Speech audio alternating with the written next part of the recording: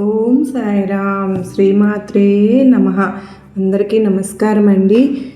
అందరూ కూడా ఎలా ఉన్నారు? సుఖంగా సంతోషంగా ఎప్పుడూ కూడా అష్టైశ్వర్య ఆరోగ్య అభివృద్ధితో ఉండాలని చెప్పి మనస్ఫూర్తిగా కోరుకుంటూ ఉన్నానండి. ఈరోజు వీడియోలో ఏమి సందేశం వినబోతూ ఉన్నారంటే, బిడ్డ, ఈరోజు గురువారం నీ జీవితంలో కని విని ఎరగనటువంటి ఆనందకరమైనటువంటి శుభవార్తను, అలాగే కోట్ల ధనం లక్షల ధనం నీకు సొంతం కాబోతుంది.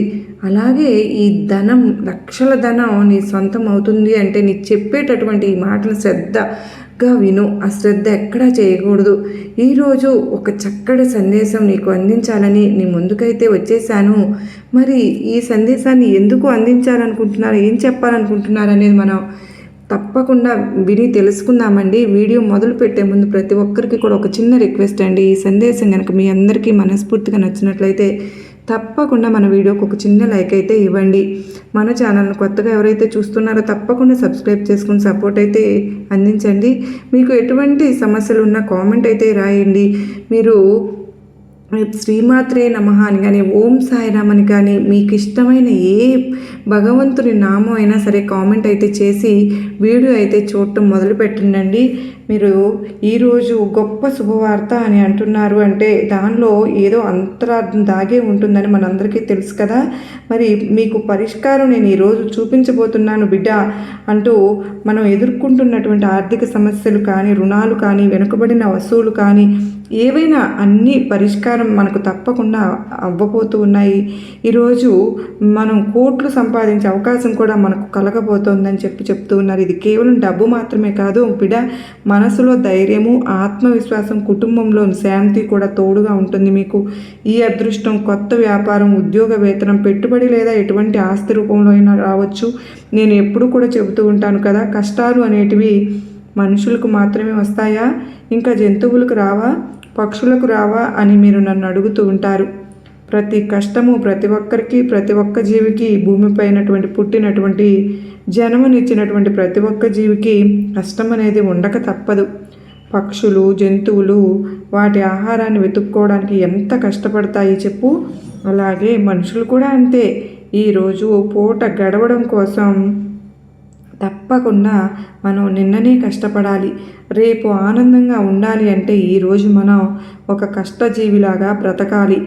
కానీ ఆ కష్టం ఎప్పటికీ వృధా పోదని గుర్తుపెట్టుకో. కోట్ల ధనం నీ సొంతం అవుతుంది. ఇది బాగా గుర్తుంచుకోవాలి. అవి ఎక్కడి నుంచి వస్తాయని నువ్వు ఆశగా ఎదురు చూడవలసినటువంటి అవసరం అయితే లేదు.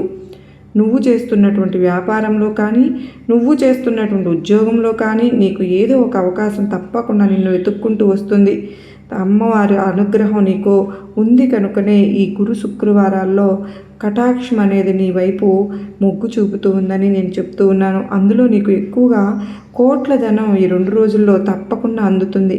నీ ముందు తప్పకుండా లక్షల్లో ధనం అనేది వచ్చి వాళ్తుంది. అప్పుడు నువ్వు చాలా సంతోషిస్తావు, కృతజ్ఞతలు కూడా చెప్పుకుంటావు. పరుగున వచ్చి తప్పకుండా నన్ను దర్శించుకుంటానికి నేను చెప్పే ప్రతి మాట వాస్తవం అని నువ్వు అనుకుంటావు. నేను అసలు పనే చేయడం లేదు కదా, నాకు కోట్ల ధనం ఎలా వస్తుంది అని అనుకుంటున్నావు కదా. నిజమే, నువ్వు ఈరోజు ఆ పని చేయట్లేదు అంటే నీకు ఆ పని అసలు ఇంకా జరగదు అని కాదు, తప్పకుండా జరుగుతుంది. ఆ పని నువ్వు చేయట్లేదు అంటే నీకు మంచి పని వేరేది ఇంకా దొరుకుతుందని అర్థం చేసుకో. చెప్తున్నటువంటి నేను ప్రతి మాటను నువ్వు కొట్టి పారవేయకుండా నా దగ్గరకు వచ్చి వింటున్నావు, నన్ను దర్శించుకుని వెళ్తున్నావు అంటేనే నా అనుగ్రహం ఉంది కనుకనే. మనస్ఫూర్తిగా నీ కోరికలు నాతో అప్పగించి నీకు నేను తప్పకుండా చెప్తూ ఉన్నాను. ఈ పరిష్కారాన్ని నీకు తప్పకుండా చూపిస్తాను. మరి మనం ఎన్నో రోజుల నుంచి, ఎన్నో సంవత్సరాల నుంచి కూడా కొన్ని సమస్యలతో బాధపడుతూ ఉంటారు. అది ఏ విధంగా ఈ దారిలో వెళ్తే ఆ సమస్య తీరుతుందని మనకు తెలిసినప్పుడు, మనకు ఒక పరిష్కార మార్గం మనకు తెలిసినప్పుడు అంతకు మించిన శుభవార్త ఇంకేముంటుంది. అదే మంచి శుభవార్త. ఈ విధంగా ఈరోజు మనం తప్పకుండా మన కోసం వచ్చినటువంటి సందేశాన్ని ఎలాంటి సందేహము లేకుండా ఒక మంచి శుభవార్తను మనకు పంపుతూ ఉన్నారు అని అనుకుంటూ ఉన్నారు కదా. రేపటి రోజు నీ సమస్య ఏదైతే ఉందో అది బయటపడి ఎంత సంతోషంగా నువ్వు జీవితాన్ని గడుపుతావో కొంచెం ఎప్పుడు కూడా ఆలోచించుతూ ఉండు. ఈ విధంగా ఏదైనా సరే కానీ నేను చెబుతున్నటువంటి ఎన్నో రకాలైనటువంటి సందేశాలను నువ్వు ఇప్పటి వరకు ఆలకించి ఉంటావు. ఎప్పటికి నా కోరిక తీరుతుంది, నా కోరిక తీరుతుందా లేదా అని ఆలోచిస్తున్నావు. అయినా కూడా నీ మీద నాకు ఏమాత్రం కూడా నమ్మకాన్ని నేను కోల్పోలేదు అని కూడా అంటూ ఉన్నావు కదా. నిజమే. నిజంగా నీ ఓపికకు, నీకున్నటువంటి సహనానికి ఏమిచ్చి రుణం తీర్చుకోవాలో కూడా అర్థం కావడం లేదు. నువ్వు ఎప్పుడూ కూడా నన్ను 100 ప్రశ్నలు అడగాలని అనుకుంటూ ఉంటావు, అవునా? ఆ ప్రశ్నలన్నింటికీ కూడా నేను ఇప్పుడు తప్పకుండా సమాధానం అయితే ఇవ్వబోతూ ఉన్నాను. చూడమ్మా, కాలం అనేది మన ఇష్ట ప్రకారం రాదుగా. మరి అది రావలసినప్పుడే అది తప్పకుండా వస్తుంది. అప్పటి వరకు మనం ఎదురు చూడాల్సిందే, తప్పదు మరి. అప్పటి వరకు నువ్వు బాధపడకుండా, నీ మనసు కృంగిపోకోకుండా ఉండడానికి ప్రతిరోజు నేను నీతో మాట్లాడుతూనే ఉన్నానుగా. అయితే నేను ఎన్నో సంవత్సరాలను ఎదురు చూడాలా అంటే అలా కాదు తల్లి. నీ ప్రతి ప్రార్థన కూడా నెరవేరడానికి కాలం అనేది అవసరమవుతుంది. నువ్వు నా పూజలు చేయడానికి, నన్ను నువ్వు ప్రార్థించటానికి, నా పాదాల దగ్గర శరణాగతి పొందటానికి, నా ఆశీర్వాదం నువ్వు పొందటానికి ఎటువంటి కాలము అవసరం లేదు. నీ జీవితంలో మంచి విషయాలు జరిగేంత వరకు నిన్ను సంతోషంగా ఉంచడానికి నేను ఎప్పుడూ నీతోనే ఉంటాను, నీ చుట్టూనే ఉంటాను, నీ పక్కనే ఉంటాను. కానీ నువ్వు నన్ను గుర్తించటం లేదు. నీతోనే, నీ చుట్టూనే తిరుగుతూ ఉన్నాను. చూడమ్మా, నీ కర్మానుసారం నువ్వు కొన్ని కష్టాలను అనుభవించవలసి వస్తుంది. ఆ కష్ట సమయంలో నీకు నేను తోడుగా ఉండి నీకు సంతోషకరమైనటువంటి రోజులను కూడా నేను ప్రసాదిస్తాను. కానీ నువ్వు వాటిని గమనించడం లేదంటే కష్టపడుతున్నప్పుడు నీ జీవితం కూడా ఇలా కృంగిపోకోకుండా నీతో ఎంతో ఇష్టమైనటువంటి కొన్ని కోరికలు నెరవేరుస్తూ నువ్వు సంతోషపడేలాగా, ఆనందంగా నీ జీవితం గడిపేలాగా నేను ఆశీర్వదిస్తూ ఉన్నాను. అర్థం కాలేదు కదా. చూడమ్మా, నువ్వు తెలుసో తెలియకో చేస్తున్నటువంటి కొన్ని తప్పులను, కర్మఫలాలను అయితే అనుభవించక తప్పదు అని అంటున్నాను. అయితే ఈ కర్మఫలాలు తీరేంత వరకు కూడా నేను కష్టపడుతూనే ఉండాలా అని ఆలోచిస్తున్నావు కదా. దాని గురించే నేను ఇప్పటివరకు నీకు చెప్తున్నాను. కర్మఫలాలు పూర్తయ్యేంత వరకు నువ్వు కష్టపడవలసిందే. కానీ ఆ సమయంలో కూడా నీకు వచ్చినటువంటి, నువ్వు ఎంతో ఆనందపడేటటువంటి కొన్ని కోరికలు నెరవేర్చడం ద్వారా ఆ కష్టాలు నువ్వు మరచిపోయేలాగా నేను తప్పకుండా చేస్తాను. అర్థమవుతుంది కదా. అందుకే నేను నీతో ఉన్నాను. నీ కర్మఫలాలన్నీ తప్పకుండా నేను తొలగిస్తానని మాట ఇస్తున్నాను. పూర్తయ్యేంత వరకు, నువ్వు జీవితంలో మంచి విషయాలు జరిగేంత వరకు నేను నీ చుట్టూనే ఉంటూ, నీతోనే నడుస్తూ, నీకైనా మంచి విషయాలు, నువ్వు సంతోషపడేలాగా నిన్ను ఆశీర్వదిస్తాను. చివరిగా కర్మఫలాలను సైతం పోగొట్టడానికి నీకున్న ఒకే ఒక మార్గం నువ్వు గుర్తించేలాగా చేస్తాను. అలానే నాకు ఎంతో ఇష్టమైనటువంటి నా ప్రియమైన బిడ్డకు మంచి శుభవార్తను తప్పకుండా నేను అందిస్తాను. ఈరోజు రేపట్లో నువ్వు మంచి కాలం అనేది నీకు వస్తుందని నువ్వు అర్థం చేసుకుంటావు. తప్పకుండా నీకు తెలుస్తుంది. దుర్గమ్మ ఆశీస్సులు కూడా నీకు వస్తాయి. నువ్వు వదులుకోవద్దు. నేను నీ కోసం తెచ్చే ఈ మంచి వార్తను స్వీకరించమ్మా. ఇక నీ కోరికలన్నీ నేను తప్పకుండా తీరుస్తానని చెప్తూ ఉన్నాను కదా. నీ జీవితంలో ఎప్పుడు ఏం జరుగుతుందో అని ఎదురు చూసే నీకు ఒక మంచి వార్తను తప్పకుండా అందించబోతున్నాను. అప్పటి వరకు నువ్వు నమ్మకంతో, ఓపికతో ఉండాలి. మరి నీకు అర్థమవుతుంది అని అనుకుంటున్నాను. ఇక ఎందుకు తల్లి, నీ మనసులో అటువంటి అలజడి నేను ఎప్పుడూ కూడా నీ చెయ్యి వదలలేదు కదా, వదలను కూడా. నీకు కావలసినవన్నీ కూడా నేను నీ చేతిలో తప్పకుండా పెడతాను. నీ జీవితంలో ఒక ప్రకాశవంతమైనటువంటి వెలుగును నేను తప్పకుండా తీసుకొస్తాను. నువ్వు ఎప్పుడూ కూడా బాధపడవద్దు. ఇవన్నీ కూడా నీకు కర్మానుసారం జరుగుతూ ఉన్నాయని గుర్తుపెట్టుకో. నువ్వు తప్పకుండా గ్రహించుకుని నీకు నేను జరిపించేటటువంటి లీలలు అనేవి, చేసేటటువంటివన్నీ విషయాలు కూడా తప్పకుండా నిదానంగా అవగతం అవుదే తీరుతాయి. నీకు ఎప్పుడు కూడా నువ్వు మననం చేసుకుంటూ ఉన్నావు, నా సమస్యలు ఎప్పుడు తీరుతాయి అని నువ్వు నన్ను అడుగుతూ ఉన్నావు కూడా. ఇదిగో ఇప్పుడే తల్లి అందుకు సమాధానం కూడా చెప్పబోతున్నాను. శ్రద్ధగా విని ఆలకించు. ఇది సత్యవాక్కు తల్లి. బిడ్డ, నేను ఎలా అయితే చెప్తూ ఉన్నానో నువ్వు అలాగే జరిగి తీరుతుంది. నీకు ఈ రోజున తప్పకుండా ఊహించనటువంటి అద్భుతాన్ని నువ్వు తప్పకుండా వింటావు. విని తీరాల్సిందే. మరి అసలు నిర్లక్ష్యం చేయవద్దు. నా మాటలను నువ్వు ఎప్పుడూ కూడా నిలబెట్టుకుంటాను. నేను నా పాదాల దగ్గర నువ్వు శరణాగతి పొందిన నా బిడ్డల కర్మలను నేను తప్పకుండా అనుభవిస్తాను. ఎంతో సంతోషంగా వాటిని స్వీకరిస్తాను కూడా. ఒంటరిగా నువ్వు పడే కష్టం, ఒంటరిగా నువ్వు కన్నీరు కార్చే రోజులు, నిద్ర లేని రాత్రులు ఎప్పుడూ కూడా వృధా కాలేదమ్మా. నీకు తోడుగా ఎప్పుడూ నేను ఉంటాను. నా ఈ మాటలు విన్నావు కదా, ఇక ప్రశాంతంగా నువ్వు ఇవాళ రేపటి కోసం ఎదురు చూస్తూ ఉండు.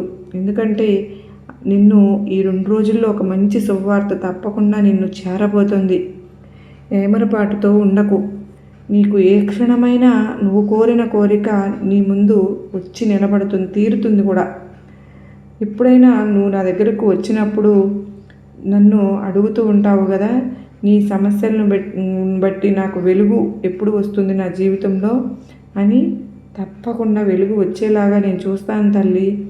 నువ్వు నీ బిడ్డల విషయం కానీ, నీ ఇంట్లో సమస్యలు ఏదైనా సరే అవన్నీ కూడా నీకు ఈరోజు అంటే ఎప్పుడైనా ఆ సమయంలో నాకు దర్శనానికి వెళ్ళి నన్ను దర్శించుకుని, దుర్గమ్మ ఇది నా జీవితంలో జరుగుతుందా లేదా అని నీకు ఎన్నో సందేహాలు ఉన్నాయి. నా గుడికి వచ్చినప్పుడు ప్రదక్షిణాలు చేయడం మాత్రం మానవద్దు తల్లి. ప్రదక్షిణాలు అనేవి నీకు నీ జీవితంలో కష్టాలన్నింటినీ బూడిద పాలు అవుతూ ఉన్నాయని అర్థం చేసుకో. ప్రకాశవంతమైనటువంటి వెలుగులు నీ కష్టాలన్నీ కూడా నువ్వు చక్కగా ఈరోజు ఆ కష్టాలన్నింటినీ గట్టెక్కించి పూర్తిగా తొలగిపోయి నువ్వు నీ సంతోషంగా నీ జీవితాన్ని గడుపుతావనే అర్థం. నువ్వు ఇంటికి వెళ్ళేలోపే తప్పకుండా లక్షల్లో ధనం నీ చెంత చేరుతుంది కూడా. ఇది జరిగి తీరుతుందని గుర్తుపెట్టుకో. నేను చెప్పేటటువంటి ఈ పరిహారాన్ని శ్రద్ధగా ఆలకించు, శ్రద్ధగా పని చేసుకో, ఈ పరిహారాన్ని పాటించు. నువ్వు ఇతర ఆలయాల్లో ఎక్కడైనా సరే రావి చెట్టు అనేది ఉంటుంది కదా, రావి చెట్టు దగ్గర తప్పకుండా నువ్వు ఒక నెయ్యితో దీపాన్ని వెలిగించు బిడ్డ. అది కూడా మట్టి పమ్మెదలో కానీ, లేకపోతే పిండి పమ్మెద అంటే పిండితో చేసినటువంటి ఆ పమ్మెదలో కానీ, ఈ గురు శుక్రవారాలు కనుక నువ్వు తప్పకుండా నెయ్యి వేసి 3 ఒత్తులతో కలిగినటువంటి ఒక 3 ఒత్తులను కలిపి ఒక ఒత్తిగా చేసి రావి చెట్టు కింద నెయ్యి దీపాన్ని వెలిగించు. రావి చెట్టు చుట్టూ కూడా ప్రదక్షిణలు చేయమ్మా. రావి చెట్టులో 3 దేవతలు, 3 దేవుళ్ళు ఉంటారు, త్రిమూర్తులు అంటారు. కనుక మనం రావి చెట్టు చుట్టూ తిరిగితే త్రిమూర్తుల చుట్టూ ప్రదక్షిణం చేసినట్టు అర్థం. కనుక నువ్వు ఈ గురు శుక్రవారాలు తప్పకుండా నేను చెప్పినటువంటి పరిహారాన్ని పాటించు. నీకు ఉన్నటువంటి సమస్యలు కానీ, ఆర్థిక ఇబ్బందులు కానీ, ఏ విధమైనటువంటి బాధలు ఉన్నా, కష్టాలు ఉన్నా తప్పకుండా తొలగిపోతాయి. ఇది మీకు ఒక మూఢనమ్మకంలాగా కొట్టి పారవేయవద్దు. నిజంగా అంగీకరించండి, వాస్తవాన్ని గ్రహించండి. నేను చెప్పేటటువంటి పరిహారాన్ని చేసుకోండి, మీకంతా కూడా శుభమే జరుగుతుంది. అలాగే నేను ఎప్పుడు కూడా మీకు మాట ఇస్తూ ఉన్నాను, ఆనందంగా మీరు దాన్ని స్వీకరించాలి. నువ్వు ఏదైతే కోరుకుంటూ ఉన్నావో అదే నీ దగ్గరకు తప్పకుండా రాబోతుంది. నువ్వు ఆనందంగా స్వీకరించు, ధైర్యంగా ఉండు. నేనున్నాను కదా, నీ బాధ్యత మొత్తం నాకు అప్పగించు, నువ్వు ఇక ప్రశాంతంగా ఉండు అని ఎప్పుడు కూడా నేను చెప్తూనే ఉన్నాను. మరి కొన్ని తప్పుల కారణంగా అది మీకు తెలిసి రావచ్చు, తెలియకపోవచ్చు. ఆ పాప కర్మలను తప్పకుండా అనుభవించాలని ప్రతి ఒక్కరికి తెలుసు కదా. మరి ఆ పాప కర్మలు ఏ రోజుతో అనుభవించాలి. అన్ని రోజులతో కొన్ని సమస్యలు మనకు వెంటాడుతూ ఉంటాయి, కొన్ని కష్టాలు మనకు ఎదురవుతూ ఉంటాయి. ఆ కష్టకాలం అంతా కూడా మనకు అలాగే కష్టపడుతూ ఉండాలా, ఆ సమస్యను ఎదుర్కొంటూ ఉండాలా, సంతోషంగా నేను ఎప్పుడు ఉంటాను అని అనుకుంటూ ఉన్నావు కదా. ఈ సమయంలో కూడా మీరు ఈ పాపకర్మలను అనుభవించినప్పుడు కూడా మీరు తెలుసో తెలియకో చేసినటువంటి కొన్ని తప్పులను మీరు ఆ పాపకర్మలను అనుభవించాలి అంటే ఆ సమయంలో కూడా నా బిడ్డలకు నేను తోడుగా ఉండాలిగా. వారు కోరుకునే కొన్ని చిన్న కోరికలను వారికి నెరవేర్చడం ద్వారా వాళ్ళ జీవితంలో కొన్ని ఆనందకరమైనటువంటి క్షణాలను నేను తప్పకుండా తీసుకుని రావడం ద్వారా వాళ్ళ కష్టాలను తప్పకుండా తొలగించాలని చెప్తున్నాను. మరి ఎన్ని రోజులైతే మన పాపకర్మలను అనుభవించాలో అన్ని రోజులు కూడా మన వెంట ఉండి మనకు కొన్ని కోరికలు నెరవేరుస్తూ ఆ పాపకర్మల ద్వారా మనకు ఎదురయ్యే కష్టాలను మనం మర్చిపోయేలాగా చేస్తూ ఉంటారు కదండి. అంటే ఎల్లవేళలా కూడా తన బిడ్డలు చేయి వదలరని మనకు అర్థం చేసుకోవాలిగా. మరి మన కష్టకాలం ఎన్ని రోజులు ఉన్నా కానీ ఆ కష్టంలో మనకు సంతోషాన్ని ఇచ్చి ఆ కష్టాల నుండి మనకు ముక్తిని తప్పకుండా ప్రసాదిస్తారని మాత్రం మనం గుర్తుపెట్టుకోవాలి. ఎప్పుడు కూడా అందరినీ ఆశీర్వదించే భగవంతుణ్ణి మంచిగా ఉండాలని, అందరూ సంతోషంగా ఉండాలని చెప్తూ ఉంటారు. ఎంతో అద్భుతం కదా, నిజం కదా. మనం చేసినటువంటి చిన్న చిన్న తప్పుల కారణంగా మనం శిక్ష అనుభవించాల్సి వచ్చినప్పుడు ఆ శిక్ష కాలం అంతా కూడా మనం ఎప్పుడూ కష్టపడుతూ ఉంటే, ఎప్పుడూ కూడా సమస్యలను ఎదుర్కొంటూ ఉంటే మనకు సంతోషం అనేది ఉండదు కదండి.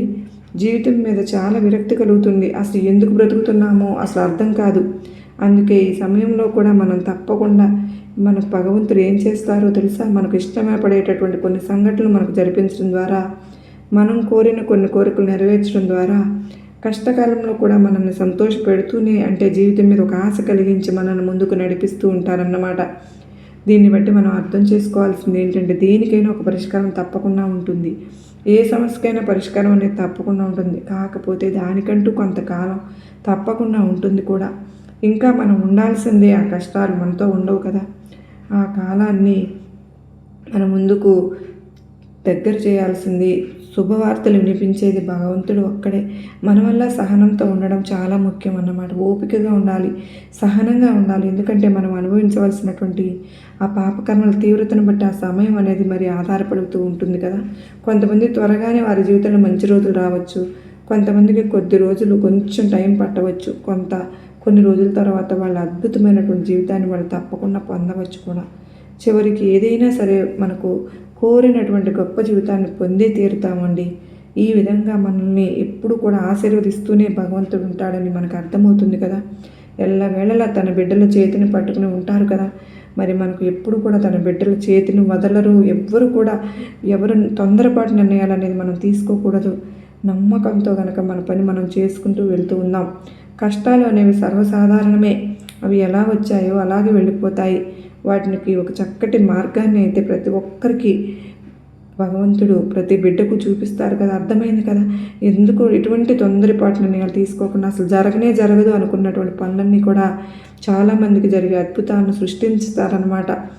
మరి మన బాబావారు కానీ అమ్మవారు మనకి ఏదైనా సరే మంచి జరిగితే తప్పకుండా సంతోషిస్తాము, చెడు జరిగితే వెంటనే కృంగిపోతాము.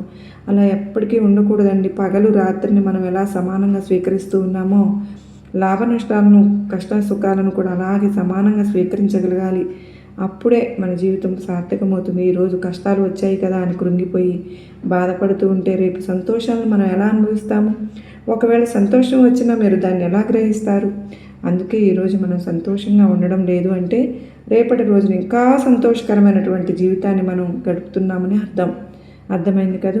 మీకు ఇవాళ గురువారం, శుక్రవారం రోజుల్లో మనం చేసినటువంటి వ్యాపారంలో కావచ్చు, మీరు చేస్తున్నటువంటి ఉద్యోగంలో కావచ్చు, లేకంటే మీరు ఏదైనా సాధించాలని ఎన్ని రోజుల నుంచి తపన పడిపోతూ ఉన్నటువంటి ఒక వృత్తి వ్యాపారానికి సంబంధించినటువంటి ఏదైనా కావచ్చండి, మీకు అత్యధిక మొత్తంలో తప్పకుండా కోట్ల ఖజానా మీకు లభించబోతుంది. ఇది ఒక్కసారిగా వస్తుందా?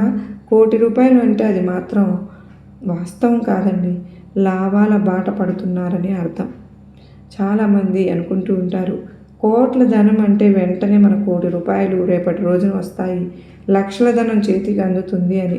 అసలు కాదండి, అలా కాదు. ఈరోజు మనం తప్పకుండా అంటే ఏదైనా వ్యాపారం అనేది చేస్తున్నాం అనుకోండి, ఇంకేదైనా కొత్తగా వ్యాపారం పెట్టాలనుకుంటున్నారనుకోండి, కానీ ఆల్రెడీ వ్యాపారం చేస్తున్న వారికైనా కానీ వ్యాపారం చేస్తూ ఉన్నప్పుడు లాభాల బాట పట్టడం అన్నమాట. అంటే ఇంతకుముందు అసలు వ్యాపారం జరిగేది కాదు, ఇంతకుముందు చాలా నష్టం వచ్చేది, కానీ ఇప్పుడు అలా కాకుండా వ్యాపారంలో లాభాల బాట పట్టడం ఒక తొలి అడుగు ఇవాళ రేపట్లో మనకు పునాది అవుతుందన్నమాట.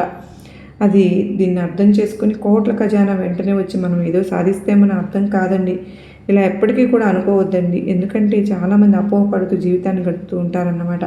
అసలు మాకు మంచి రోజులు వస్తాయా, మేము అసలు సంతోషంగా ఉంటామా, మాకెందుకు ఇన్ని కష్టాలు, మేమే ఎందుకు ఇంత బాధలు అనుభవించాలి, మేము చిన్నప్పటి నుంచి కష్టపడి చదివింది మేము సంతోషంగా ఉండేవాళ్ళం కదా, రేపటి రోజున అప్పుడు ఏమైంది మాకు ఈ బుద్ధి అని కొంతమంది అనుకుంటూ ఉంటారు. కొంతమంది ఏమనుకుంటూ ఉంటారంటే నిన్ననే చేసింటే ఆ పని బాగుండేది కాదా, రేపటి రోజు ఎందుకు వాయిదా వేశామో అని ఇలా ఆలోచిస్తూ సమయాన్ని కూడా వృధా చేసుకోవడం తప్ప ఎటువంటి ప్రయోజనం లేదన్నమాట. ఉన్నటువంటి సమయాన్ని మనం తప్పకుండా వినియోగించుకోండి. పోయినటువంటి గతాన్ని అసలు తిరిగి తవ్వుకోవద్దండి. ఎందుకంటే అది గతం కదా, అసలు పోయినటువంటి కాలం అసలు తిరిగి రాదని అనే విషయాన్ని, వాస్తవికతను మీరు గ్రహించండి. పోయినసారి ఇలా జరిగిందంటే బాగుండు, చదివి ఉంటే బాగుండు, అలా చదివి ఉంటే ఉద్యోగం వచ్చేదేమో, ఇలా అంటే ఉద్యోగం సాధించేదాన్నేమో అని అలా ఎప్పటికీ కూడా ఉండకండి. ఇప్పటి నుంచి కష్టపడండి, భవిష్యత్తు గురించి ఆలోచించండి, గతాన్ని గురించి త్రవ్వుకోవద్దు. ఇదే నేను చెప్తున్నటువంటి మాట. సో బాబావారు, అమ్మవారు మన కోసం ఈ వీడియో యూజువల్గా అనిపించిందని, నచ్చిందని మీకు లైక్ అమ్మవారికి బాబావారికి ఇస్తారని, మీకు మంచి జరుగుతుందని చెప్పి నేను అమ్మవారి తరపున బాబావారి తరపున కోరుకుంటున్నానండి. ఈ 2 రోజుల్లోనే గొప్ప శుభవార్తను మీరు వినాలని మనస్ఫూర్తిగా అమ్మవారిని బాబావారిని వేడుకుంటూ, సర్వే జనా సుఖినో భవంతు, లోకా సమస్త సుఖినో భవంతు.